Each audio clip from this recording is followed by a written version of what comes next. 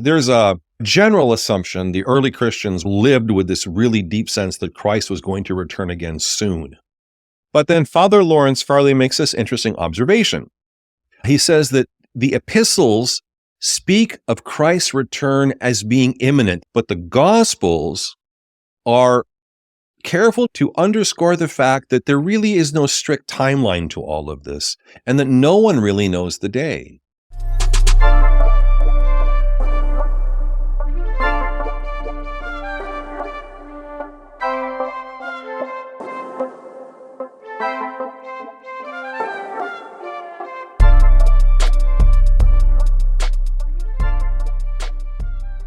There's a general assumption the early Christians lived with this really deep sense that Christ was going to return again soon. And if you think about the timeline of the events from the crucifixion to Pentecost, you can see why they'd think that way. But then Father Lawrence Farley makes this interesting observation. He says that the epistles speak of Christ's return as being imminent, that this thing that's going to happen, it's going to happen any day now. But the Gospels are careful to underscore the fact that there really is no strict timeline to all of this, and that no one really knows the day. And the other thing that Father Lawrence points out is that although in our Bibles, the Gospels come first, chronologically, the Gospels are written later than most of the epistles. So the idea here is that what's going on in the Gospels is an intentional theological clarification about the second coming.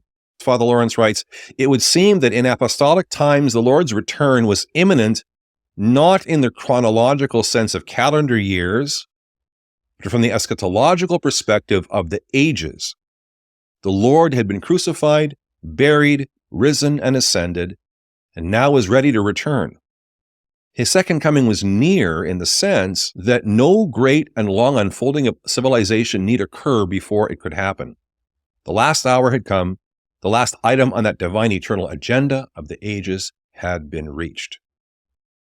That's how Father Lawrence presents this idea about the imminence of Christ's return and how the ancient Christians understood this. And certainly it's an understanding later on, but he's saying that this goes further back than we might think. And so the Gospels give us this clarification that you have to wait, you have to be ready. As far as God's actions, as far as anything else that needs to happen, there's nothing else that needs to happen now. Everything has happened except the final step, when he shall come again in glory to judge the living and the dead.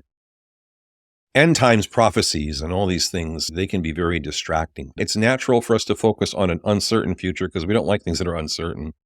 The problem with getting too distracted with the future is that we are wasting the time that we have now to get right with God and to develop communion with him.